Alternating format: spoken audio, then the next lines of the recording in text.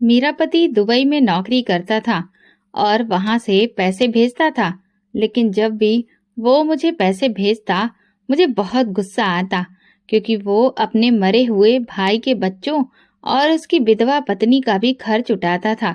मैंने गुस्से में शोर मचाकर अपनी जेठानी पर आरोप लगाया कि उसका मेरे पति के साथ में कोई रिश्ता है। वो बहुत अच्छी और नेक महिला थी, लेकिन रोते हुए अपने बच्चों को लेकर घर छोड़कर चली गई। और कुछ सालों के बाद अचानक खबर आई कि मेरे पति का निधन हो गया। अब मैं भी विधवा हो गई थी। मुझे तब एहसास हुआ कि कर्मों का फल क्या होता है। अब जब खाने के भी लाले पड़ गए और पड़ोसियों ने मदद करनी चाहिए, तो पूरा मोहल्ला मुझ पर ताने कसने लगा। इस बार मुझे कुछ ज्यादा पैसे भेजना, मेरी बहन की शादी है, मुझे खूब खर्चा करना है, मैंने फोन पर अपने पति से कहा।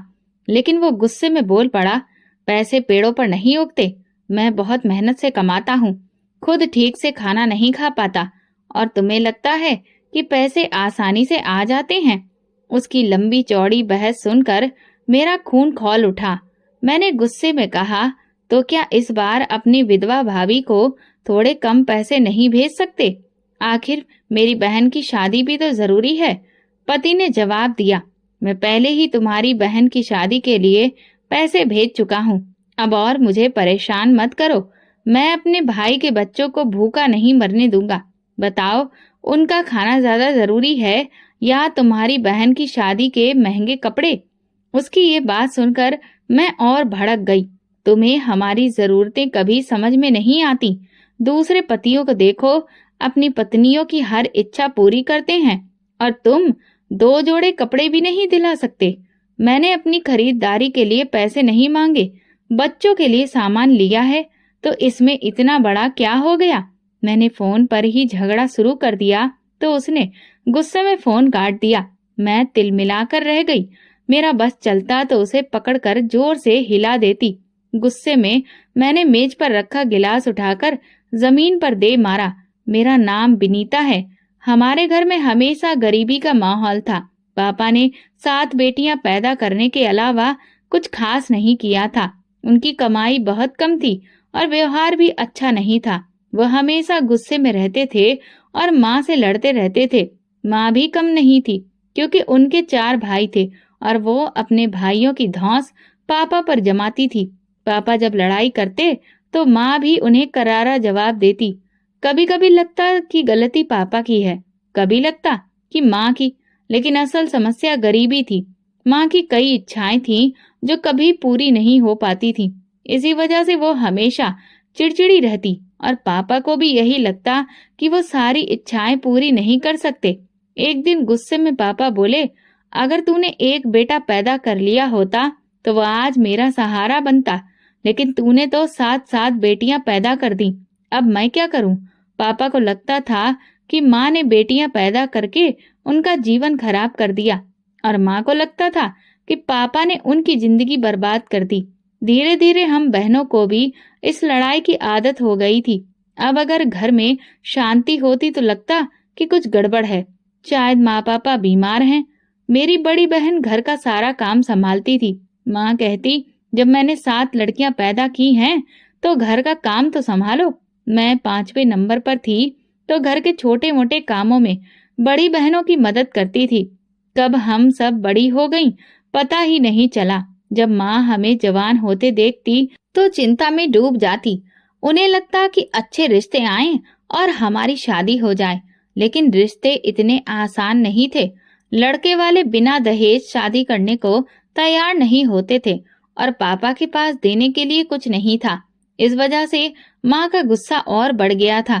3 बहनों की शादी हो चुकी थी, अब 4 बहनें बची थी। पापा का बोझ हल्का होने का नाम ही नहीं ले रहा था। मुझे भी माँ पापा पर तरस आता, लेकिन मैं कर ही क्या सकती थी? बस अपनी शादी का इंतजार कर रही थी ताकि इस घर से बाहर निकल सकूं।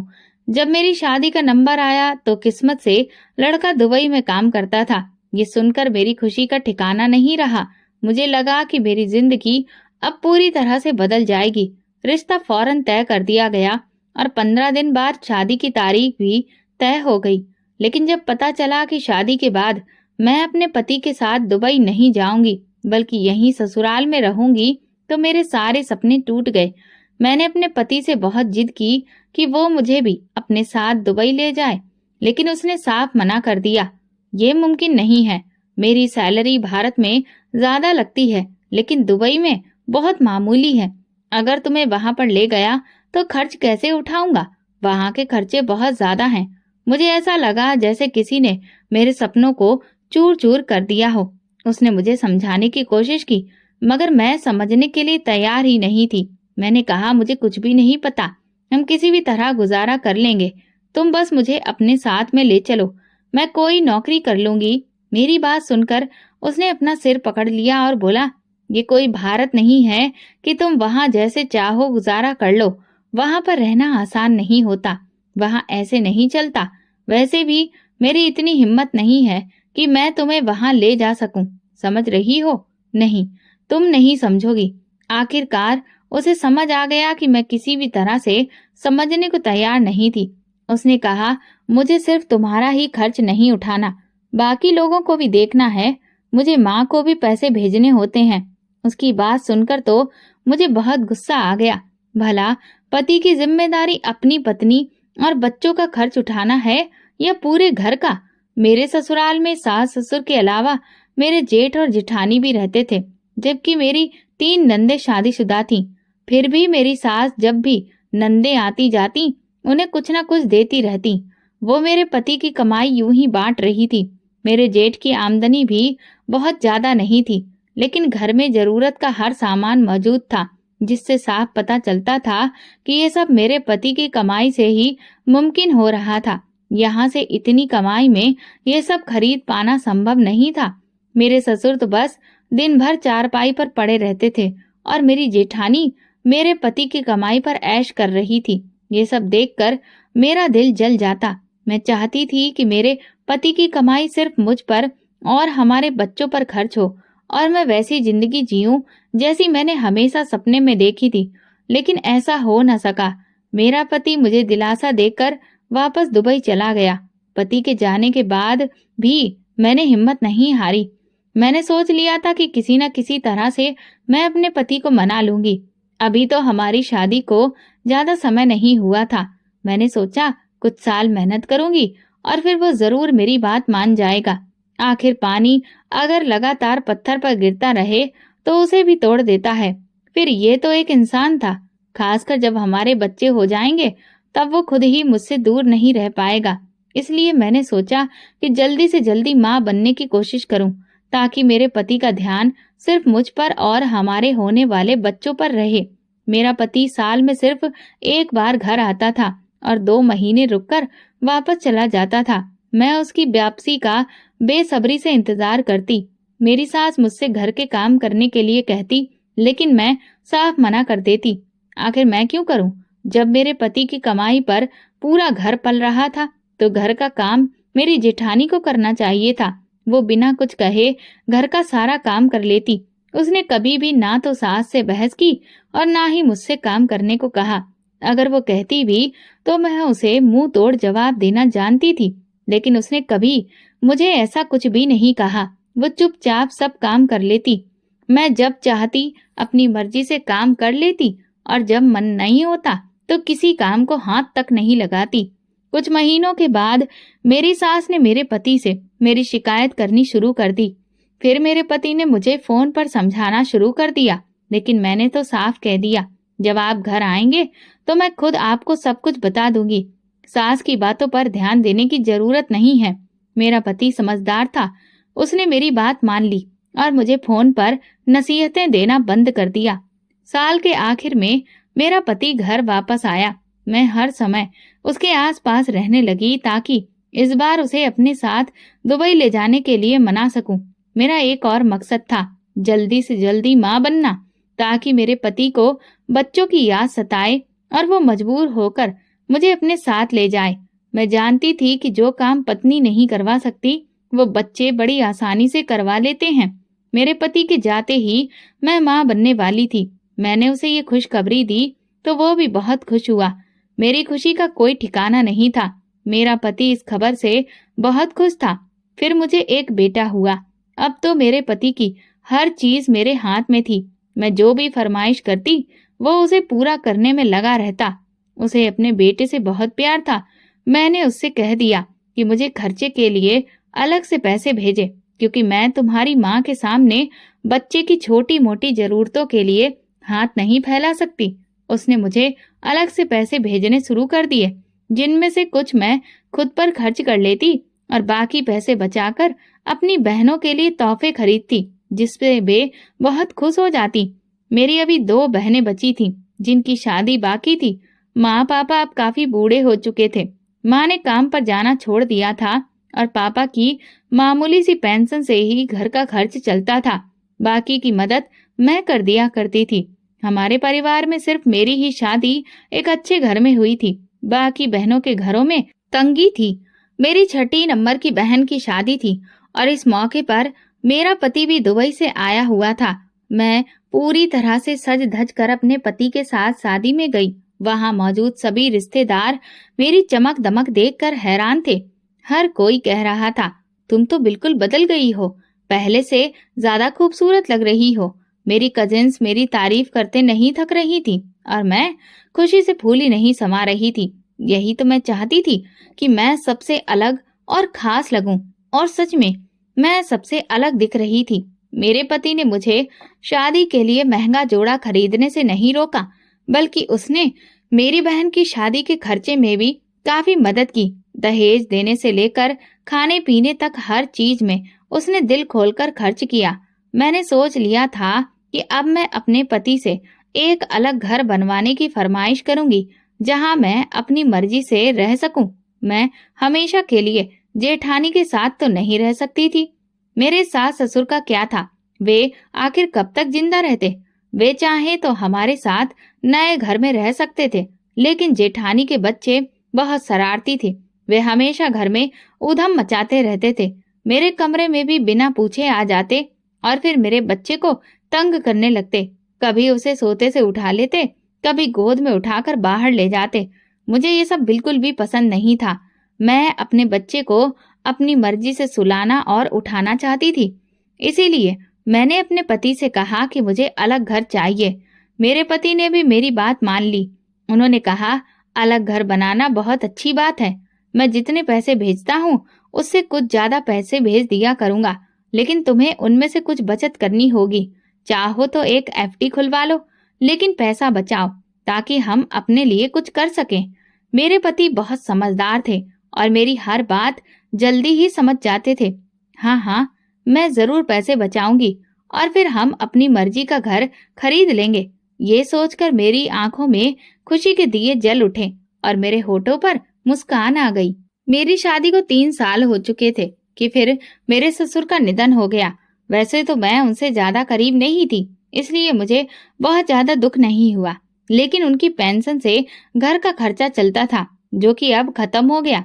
अब सारा खर्च मेरे पति पर आ गया था। वो दुबई में थे, इसलिए ससुर की मौत पर आ नहीं सके, लेकिन वो बहुत दुखी थे। मुझे इस बात की चिंता थी कि अब घर का पूरा खर्च मेरे पति को ही उठाना होगा और मेरी बचत का काम भी रुक सकता था। ससुर की मौत को 6 महीने ही हुए थे कि एक और हादसे ने हमारी जिंदगी बदल दी। मेरे जेठ काम पर गए थे, लेकिन वो सही सलामत वापस नहीं लौटे। पता नहीं क्या हुआ कि काम के दौरान ही उनकी मौत हो गई। उस घटना से घर में कोहराम मच गया। मेरी सास पहले ही ससुर की मौत के गम से अभी उभर नहीं पाई थी। अब जवान बेटे की लाश देखकर वो पागल जैसी हो गई।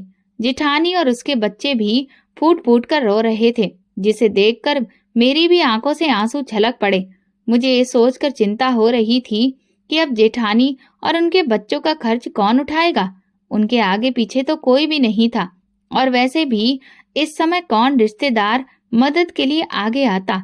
मेरी सास ने जेठानी के सिर पर हाथ रखते हुए कहा, अब से तू मेरी बहू नहीं, मेरी बेटी है और तू मेरी जिम्मेदारी है।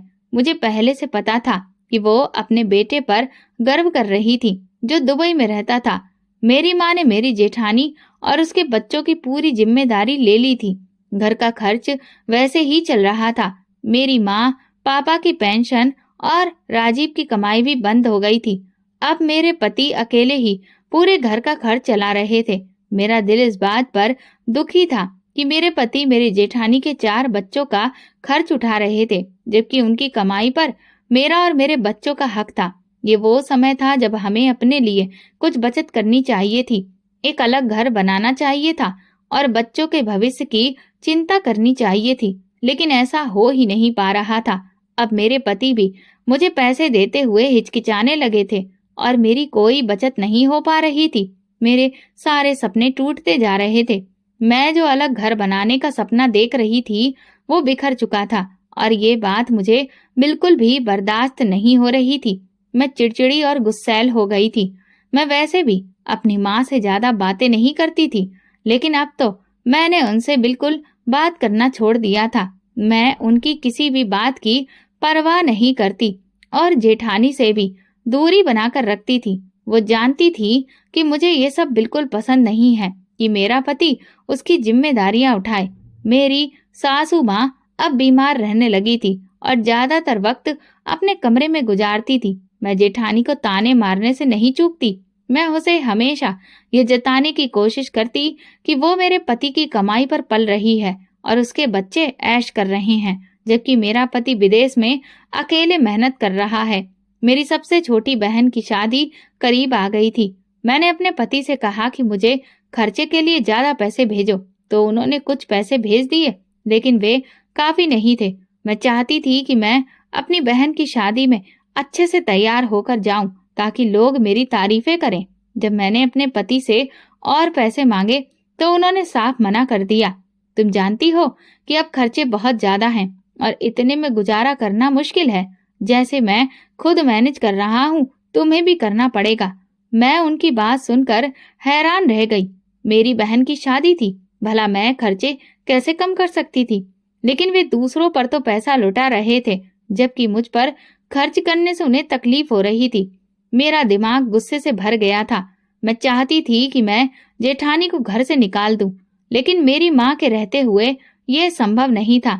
अगर मैंने ऐसा किया तो मेरी सासू माँ वो मेरे पति से ही मेरी शिकायत कर देती और मुझे घर से निकाल दिया जाता। मैं गुस्से में घुट घुट कर जीने लगी थी। मेरे पास और कोई रास्ता नहीं था।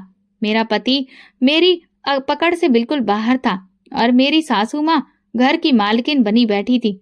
लेकिन जल्दी मुझे मौका मिल गया। मेरे पति और उनके बड़े भाई की मौत का सदमा मेरी सासू माँ ज्यादा दिनों तक सहन नहीं कर सकी और फिर बीमार होकर 2 साल के अंदर ही चल बसी। वे राजीव की मौत से बहुत ज्यादा बीमार पड़ गई और बिस्तर पर लग गई और उनकी हालत लगातार बिगड़ती जा रही थी। फिर एक दिन उन्होंने दुनिया को अलविदा कह दिया। मेरे पति और जेठानी सासू माँ की मौत पर बहुत दुखी थे। जेठानी की तो पूरी दुनिया ही उजड़ गई थी। मेरी सासू माँ ही उनका सहारा थी। वो उनके बच्चों का पूरा ध्यान रखती थी, लेकिन मेरे बच्चों की परवाह नहीं करती थी। अब घर की जिम्मेदारी पूरी तरह से मेरे हाथ में आ गई थी।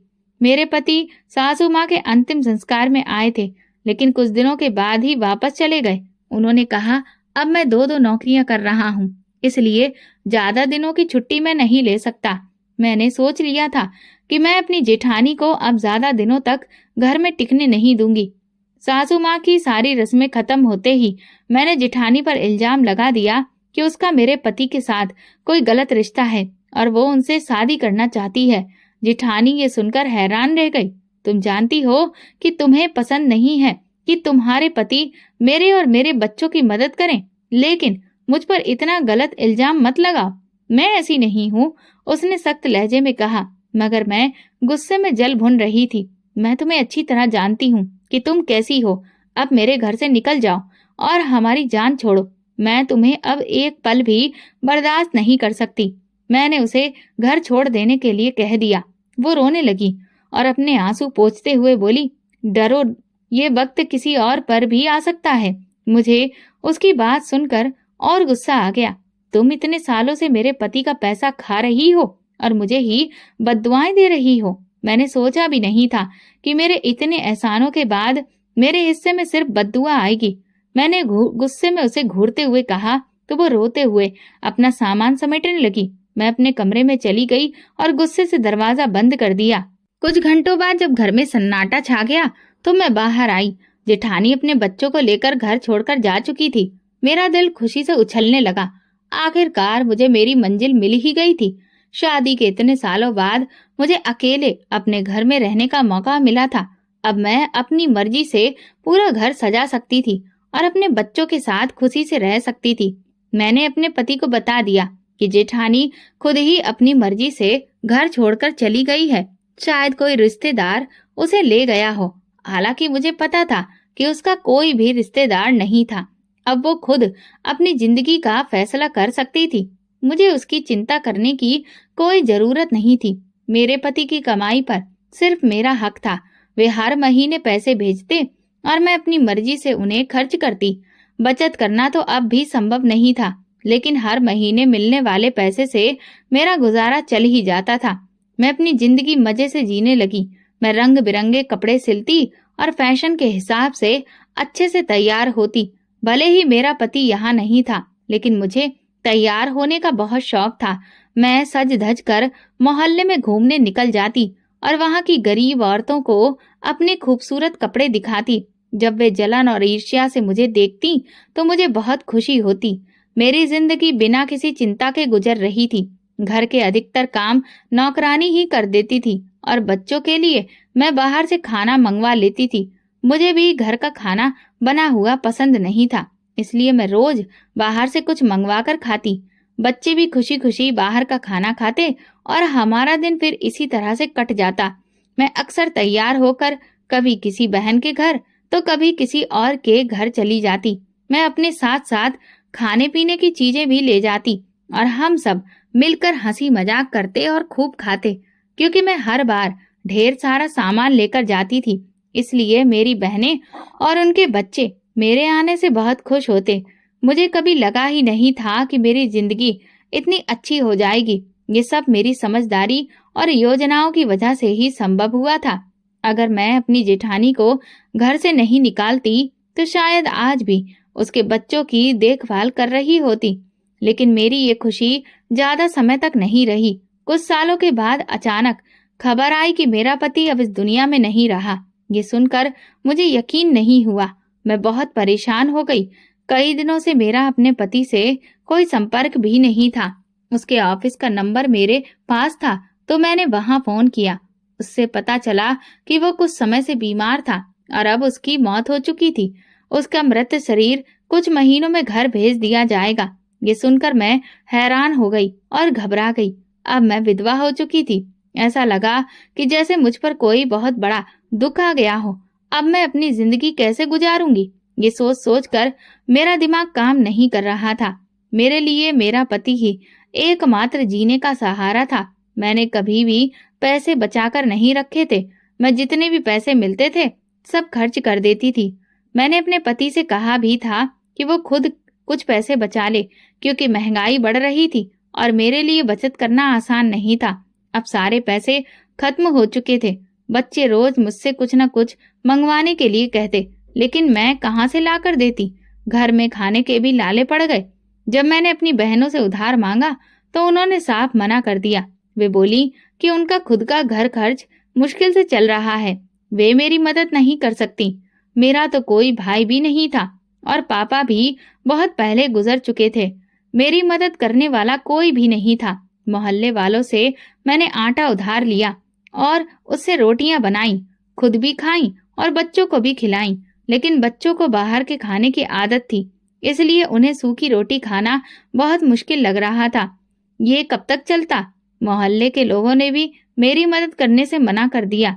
दुकानदार भी अब उधार सामान देने को तैयार नहीं थे। उन्होंने साफ कह दिया कि पहले का उधार चुकता करो, तभी तुम्हें नया सामान मिलेगा। अब मुझे समझ आ गया था कि इंसान जैसा करता है वैसा ही भरता है। अगर मुझे पहले पता होता कि मेरा भविष्य इतना अंधकारमय हो जाएगा तो मैं कभी भी ऐसी जिंदगी नहीं जीती। मैं अपने बीते कल के बारे में सोचती और पछताने के अलावा मेरे पास कुछ नहीं बचा था। काश मैंने कुछ पैसे बचा लिए होते। काश मैंने अपनी जेठानी और उसके अनाथ बच्चों का सहारा बनकर उनका ख्याल रखा होता। काश मैंने उनके साथ प्यार और समझदारी से जीवन बिताया होता। मेरी जिंदगी में बहुत से काश थे। अब मैं सोच रही थी कि जब मैंने अपनी जेठानी को घर से निकाला था, तब उसने अपने बच्चों को कैसे पाला होगा। उन्हें 2 वक्त का खाना खिलाने के लिए उसने कितनी तकलीफें झेली होंगी। अकेले जिंदगी गुजारना कितना मुश्किल होता है, ये अब मुझे समझ में आ रहा था। शादी से पहले मेरी जिंदगी सपनों और इच्छाओं से भरी हुई थी, लेकिन जब सब कुछ मिला तो मैं उसे संभाल नहीं पाई। मैंने सब कुछ अपने कब्जे में करने की सोची और ये भूल गई कि मिल बांट कर खाने से बरकत होती है। अकेले खाने और लालच करने से इंसान का भाग्य भी रूठ जाता है। भगवान ने मुझसे मेरा सब कुछ छीन लिया था। मैं किसी तरह भूख सहन कर रही थी, लेकिन अपने बच्चों को भूखा नहीं देख सकती थी। वे भी अब अनाथ हो चुके थे। मुझे अपनी जेठानी के बच्चे याद आने लगे। अगर मैंने तब उनके साथ बुरा व्यवहार ना किया होता तो शायद आज मेरी भी मदद होती, लेकिन अब पछताने से क्या फायदा। भगवान शायद अब मेरी माफी भी स्वीकार नहीं करेगा, क्योंकि मैंने 4 अनाथ बच्चों को बेघर कर दिया था। बच्चों की भूख मुझसे देखी नहीं गई तो मैं चप्पल पहनकर घर से बाहर निकल गई। मैं पहले ही कई दुकानदारों से उधार मांग चुकी थी, लेकिन अब कोई भी मदद करने को तैयार नहीं था। मेरे ऊपर किसी को भरोसा ही नहीं था, लेकिन मैं हाथ पर हाथ रखकर बैठ नहीं सकती थी। मैंने सोचा कि कोई काम ढूंढ लूं, भले ही मुझे लोगों के घरों में काम करना पड़े, लेकिन कम से कम बच्चों को खाना तो मिल जाएगा। मेरे घर में जो नौकरानी काम करती थी, मैं उसके घर गई और उसे अपने हालात बताए। मैंने उससे कहा कि वो कई घरों में काम करती है, अगर किसी घर में काम हो तो मुझे दिलवा दे, ताकि मैं अपने बच्चों का पेट भर सकूं। उसने हाँ कर दी और कहा, मैं जल्दी से जल्दी तुम्हारे लिए कोई काम ढूंढ कर बताऊंगी। थोड़ी राहत महसूस कर मैं घर लौटी ही थी कि मोहल्ले में रहने वाला बिपिन मेरे दरवाजे के आगे खड़ा दिखा। वो हाथ में प्लेट पकड़े खड़ा था। ये आपके लिए चावल लाया हूँ, वो मुस्कुराते हुए बोला। मैंने कृतज्ञता भरी नजरों से उसे देखा और उसके हाथ से प्लेट ले ली। प्लेट में गरम गरम चावल थे। मेरी भूख तेज हो गई। मैंने उसे शुक्रिया कहा और अंदर चली गई। प्लेट शाम को आकर ले जाऊंगा, उसके शब्द मेरे कानों में पड़े। मैंने सिर हिला दिया और फिर वो चला गया। पहली बार मेरे पेट में कुछ गया तो खुद ब खुद मेरे होठों से भगवान का धन्यवाद निकल गया। अब बिपिन रोज कुछ न कुछ लेकर आने लगा, कभी फल, कभी सब्जी, तो कभी पका हुआ खाना। उसकी दया देखकर मैं हैरान थी, लेकिन मुझे समझ आ गया था कि भगवान ने उसे मेरी मदद के लिए भेजा है। मेरे पास अब कोई और रास्ता नहीं था। जब तक मुझे काम नहीं मिलता, तब तक मुझे ऐसे ही गुजारा करना था। मेरे पास कोई और रास्ता ही नहीं था। जब तक कोई काम नहीं मिलता, तब तक ऐसे ही गुजारा करना था। मैंने बिपिन से कुछ पैसे उधार मांग लिए, ताकि मैं अपने घर में राशन की कुछ जरूरी चीजें ला सकूं। घर में आटा भी पूरी तरह से खत्म हो चुका था। उसने बड़ी ही उदारता दिखाई, लेकिन मुझे क्या पता था कि उसकी नीयत खराब थी और उसके इरादे सही नहीं थे। मुझसे शादी कर लो, कब तक अकेले जिंदगी गुजारोगी? कुछ दिनों में ही उसने मुझसे शादी की बात कह दी। मैंने हैरानी से उसकी ओर देखा। देखो, मैं तुम्हारे भले के लिए कह रहा हूँ। कल को मोहल्ले वाले तुम पर और मुझ पर गलत बातें बना सकते हैं। तुम्हें तो पता ही है कि लोग किस तरह की बातें करते हैं। मैं तुम्हें खुश रखूंगा। वो ना जाने कितने वादे कर रहा था, जबकि मैं हैरान खड़ी थी। मैंने कभी दूसरी शादी के बारे में सोचा तक नहीं था। मैं अभी कुछ कह भी नहीं पाई थी कि बिपिन की पत्नी ना जाने कहां से शोर मचाती हुई आ गई। उसने चिल्ला चिल्ला कर पूरे मोहल्ले को इकट्ठा कर लिया। आसपास के लोग घरों से बाहर निकल आए और तमाशा देखने लगे। वो मुझ पर लगातार आरोप लगा रही थी कि मैं उसके पति को बहका रही हूँ। तुझे शर्म नहीं आती दूसरों के पतियों को लुभाने में? एक अधेड़ उम्र की औरत ने मुझे डांटते हुए कहा, तो मैं बेबसी से अपने होंठ दबाने लगी। ऐसा कुछ भी नहीं है, ये सब झूठ है। लेकिन फिर भी मैं अपनी सफाई में कुछ नहीं कह सकी। वैसे भी वहां मौजूद कोई भी मेरी बात सुनने को तैयार नहीं था। मैंने मदद मांगने के लिए बिपिन की ओर देखा, लेकिन वो खुद ही जोर से बोल पड़ा, मैं इससे शादी करना चाहता हूँ। हमारे बीच कोई गलत रिश्ता नहीं है। बिपिन ने अपनी पत्नी को समझाने के बजाय उसके गुस्से को और भड़काने का काम किया। उसकी पत्नी कमर पर हाथ रखकर बोली, देख लो, सुन लो सब लोग, शादी करने चला है ये। एक पत्नी के अधिकार तो पूरे कर नहीं सकता, अब ये दूसरी शादी करेगा। देख लो, इस औरत ने मेरे पति को अपने जाल में फंसा लिया है। आप लोगों को याद ही होगा, इसका पति यहाँ नहीं रहता था, फिर भी ये हर रोज सज धज कर मोहल्ले में घूमती थी। मैं तो कहती हूँ इसे इस मोहल्ले से निकाल बाहर करो। आज इसने मेरा घर बर्बाद किया है, कल किसी और का घर उजाड़ देगी। मोहल्ले के सभी लोग उसकी हाँ में हाँ मिला रहे थे। निकल जाओ हमारे मोहल्ले से, चली जाओ तुम यहाँ से। लोगों ने आगे बढ़कर मेरा सामान उठाकर घर से बाहर फेंकना शुरू कर दिया। वे गुस्से में भरे हुए थे। मैं बहुत परेशान थी और उन्हें रोकने की कोशिश कर रही थी, लेकिन कोई भी मेरी बात सुनने को तैयार ही नहीं था। मेरी बेबसी अपनी चरम सीमा पर थी। जो मैंने अपनी जेठानी के साथ किया था, अब वही मेरे साथ हो रहा था। मुझे अपनी गलती का एहसास हो रहा था। काश कोई तो मेरी मदद करता। रुक जाइए, आप सब ये क्या कर रहे हैं? तभी मुझे एक जानी पहचानी आवाज सुनाई दी। मैंने फौरन अपनी तरफदारी करने वाले की ओर देखा। मेरी जेठानी हैरान होकर मोहल्ले वालों को देख रही थी। ये सब क्या हो रहा है? वो आगे बढ़कर सबके सामने खड़ी हो गई। मोहल्ले की औरतों ने मुझ पर आरोप लगाने शुरू कर दिए, लेकिन उसने तुरंत हाथ उठाकर सबको चुप करा दिया। बस करो, अगर तुम अपने पति को संभाल नहीं सकती तो इसमें इसकी क्या गलती? तुम खुद अपने पति को आकर्षित किया करो। आप सब लोग अभी के अभी यहाँ से चले जाएं, वरना मैं पुलिस को फोन करके बुलाऊंगी और सबको अंदर करवा दूंगी। मेरी जेठानी की धमकी काम आई और लोग कुछ ही देर में इधर उधर बिखर गए। मैं इतनी शर्मिंदा थी कि उनके सामने नजर उठाने की हिम्मत भी नहीं हो रही थी। उन्होंने मेरा बिखरा हुआ सामान समेटा और फिर मुझे अंदर ले आई। ये सब क्या हो रहा है? तुम इस हालात तक कैसे पहुंच गई? वो आश्चर्य से पूछने लगी तो मेरी आंखों में आंसू आ गए। मैं तो यहाँ से बस गुजर रही थी, संयोग से ये सब देख लिया, लेकिन ये कैसे संभव हुआ? जब मैंने उन्हें अपने पति की मौत की खबर दी तो वो हैरान रह गई और उनके मुंह से आवाज तक नहीं निकली। ये कैसे हो सकता है? भाई को क्या हुआ? उनकी आंखों में आंसू आ गए। वो तो इतने अच्छे इंसान थे कि मुझे अपने सगे भाई की तरह प्रिय थे। तुमने मुझे बताया क्यों नहीं? कम से कम एक बार पुकारती, मैं तुम्हारी मदद के लिए हर समय तैयार रहती। मैं तुम्हें क्या पुकारती? मैं तो खुश थी कि मेरी उससे जान छूटी। मैंने एक बार भी नहीं सोचा कि वो कहाँ जाएगी। मुझे उसके ठिकाने का कोई पता नहीं था जो मैं जाकर उसे बता सकती। मैं तुमसे बहुत शर्मिंदा हूँ, मुझे माफ कर दो। मैंने तुरंत उनके सामने हाथ जोड़ दिए तो उन्होंने मेरे हाथ पकड़ लिए। ऐसा मत कहो, मैंने हमेशा तुम्हें अपनी बहन की तरह माना है। ये तो भगवान की मर्जी थी कि मैं विधवा हो गई और मेरे बच्चों की परवरिश के लिए मुझे किसी सहारे की जरूरत थी।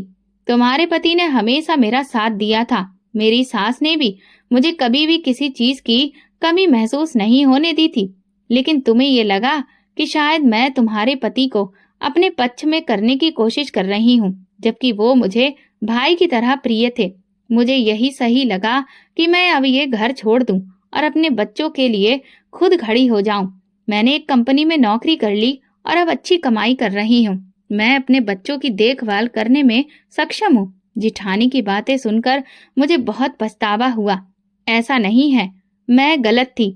मैंने तुम पर झूठे आरोप लगाए, जबकि दिल से जानती थी कि तुम नेक इंसान हो और मेरे पति के बारे में ऐसा कभी नहीं सोच सकती। बस मैं तो ये चाहती थी कि तुम मेरे घर से चली जाओ। मैंने अपनी सभी गलतियों को स्वीकार कर लिया था, लेकिन मेरी जेठानी का दिल बहुत बड़ा था। उन्होंने मुझे दिल से माफ कर दिया तो मेरे मन से भारी बोझ उतर गया।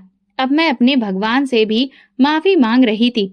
शायद उन्होंने मुझे सही राह पर चलने का संकेत दिया था और मेरी परेशानियों को कम करने वाले थे। मुझे भी कोई नौकरी दिलवा दो ताकि मैं अपने बच्चों का पालन पोषण कर सकूं। चिंता मत करो, मैं कल ही अपनी कंपनी के मालिक से बात करूंगी। तब तक तुम मेरे साथ मेरे घर चलकर रहो। ये मकान किराए का है और मैं अपनी तनख्वाह से किराया देती हूँ। तुम्हें अब किसी चीज की चिंता करने की जरूरत नहीं है। संजीव ने विधवा होने के बाद मेरा और मेरे बच्चों का जितना साथ दिया था, अब मैं उनके बच्चों को अकेला कैसे छोड़ सकती थी। इस घर को किराए पर दे दो, इससे कुछ खर्चा निकल आएगा और तब तक तुम्हारी नौकरी भी लग जाएगी। जेठानी की बात सुनकर मैं बेहद खुश हो गई। ये वाकई संभव था। वैसे भी अब इस मोहल्ले में मेरा रहना ठीक नहीं था।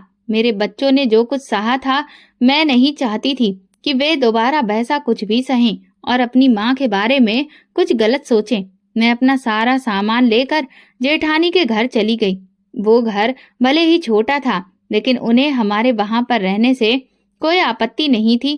कल तक जो औरत मेरे सहारे थी, आज वही मेरा सहारा बन गई थी।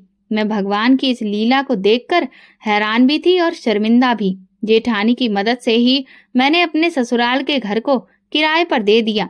जब पहला किराया आया तो मैंने आधी रकम जेठानी के हाथ में रख दी। आखिर वो भी इसकी हकदार थी। वो घर मेरे पति और उनके बड़े भाई दोनों का था, लेकिन जेठानी ने पैसे लेने को तैयार ही नहीं हुई थी। मेरी खुद की आमदनी है, जब तक तुम्हारी नौकरी नहीं लगती तुम ये पैसे अपने पास रखो, बच्चों के खर्चों में काम आएंगे। जेठानी की ये बात सुनकर मेरी शर्मिंदगी अब और भी ज्यादा बढ़ गई थी।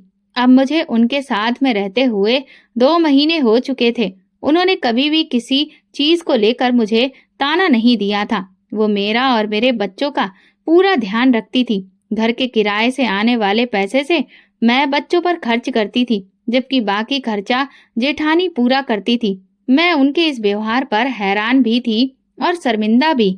मुझे अब तक नौकरी नहीं मिली थी, लेकिन कंपनी के मालिक ने वादा किया था कि जैसे ही कोई जगह खाली होगी वो मुझे जरूर बुलाएगा। जेठानी के घर आने के बाद मेरे बच्चों को एक भी दिन भूखा नहीं सोना पड़ा। माँ का शुक्र था कि वे रोज भरपेट खाना खा रहे थे। मैं भी संतुष्ट थी और अब आत्मनिर्भर बनने की कोशिश कर रही थी। एक दिन दरवाजे पर दस्तक हुई तो मैं दरवाजे की ओर बढ़ी। मेरी जेठानी नौकरी पर गई हुई थी और उनके सभी बच्चे स्कूल में थे। घर पर सिर्फ मैं और मेरा छोटा बेटा था, जबकि बड़े बेटे को मैंने जेठानी के बच्चों के साथ उसी स्कूल में दाखिला दिलवा दिया था। मैंने दरवाजा खोला तो अपने पति को सामने देखकर मैं चौंक गई। मेरे मुंह से शब्द ही नहीं निकल रहे थे। मैं इतनी स्तब्ध थी कि मुझे यकीन ही नहीं हो रहा था कि मेरा पति जिंदा और सही सलामत मेरे सामने खड़ा है। ऐसे क्या देख रही हो, अंदर नहीं बुलाओगी? वो हल्की मुस्कान के साथ बोला तो मैं तुरंत एक तरफ हट गई। आप जिंदा हैं, लेकिन आपके ऑफिस से तो पता चला था कि आपकी मृत्यु हो गई। फिर आप वापस कैसे आ गए? ये सब कैसे हुआ? मैंने एक के बाद एक कई सवाल पूछ लिए। मैं तुम्हें पूरी कहानी सुनाऊंगा, पहले मुझे एक गिलास पानी तो दो। बड़ी मुश्किलों से तुम लोगों का पता लगाकर मैं यहाँ तक पहुँचा हूँ। मैं पहले पुराने घर पर गया था, लेकिन तुम वहाँ क्यों नहीं हो? उसके इस सवाल पर मैं चुप रही। पहले तुम ये बताओ कि तुम कैसी हो? मैंने तुम्हारे बिना बहुत मुश्किल समय बिताया है। ये कहते ही मैं अपने पति के कंधे से लगकर रो पड़ी। अरे पगली, रो क्यों रही हो? अब सब कुछ ठीक हो गया है। दरअसल जिस दिन हादसा हुआ, मैं कंपनी की बस से घर लौट रहा था। रास्ते में बस का एक्सीडेंट हो गया और मैं झाड़ियों में गिर गया। बस में आग लग गई, जिससे कंपनी के लोगों ने मान लिया कि मैं भी उसी हादसे में मर गया, लेकिन मैं जिंदा था। मुझे किसी ने झाड़ियों से निकालकर अस्पताल पहुंचाया। मैं बेहोश था, इसलिए किसी को भी ये नहीं पता था कि मैं कौन हूँ। जब होश आया तब भी मेरी हालत बहुत खराब थी। मुझे गंभीर चोटें आई थी और ठीक होने में काफी समय लग गया। मैं चलने फिरने के लायक भी नहीं था। अस्पताल से छुट्टी मिलने के बाद मैं अपने फ्लैट पहुंचा और भारत लौटने की तैयारी करने लगा। लेकिन तुम जानती हो कि वहां से वापसी इतनी आसान नहीं होती है। मैंने कई बार फोन से संपर्क करने की कोशिश की, लेकिन तुम्हारा नंबर ही नहीं लगा। घर के फोन पर भी कॉल किया, लेकिन कोई जवाब नहीं मिला। तब मैंने खुद भारत आकर तुम्हें सब कुछ बताने का फैसला किया। हाँ, फोन का बिल जमा ना होने की वजह से वो तो कब का बंद हो चुका था। मैंने धीरे से कहा, मुझे अंदाजा है कि मेरे बिना तुम्हें कितना मुश्किल वक्त गुजारना पड़ा होगा, लेकिन अब मैं आ गया हूँ तो सब ठीक हो जाएगा। वो मुस्कुराते हुए बोला तो मैं भी मुस्कुरा दी।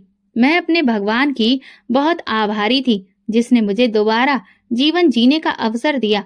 मेरा पति जिंदा था, मेरे लिए इससे बड़ी खुशी और क्या हो सकती थी। बच्चे भी अपने पिता को देखकर बेहद खुश थे। उन्हें तो यकीन ही नहीं हो रहा था कि उनके पिता वापस लौट आए हैं। वे उत्साह से उन्हें अपने बीते दिनों की बातें सुनाने लगे। पति भी ये सुनकर भावुक हो गए कि उनके बिना बच्चों को कितनी कठिनाइयां झेलने पड़ी।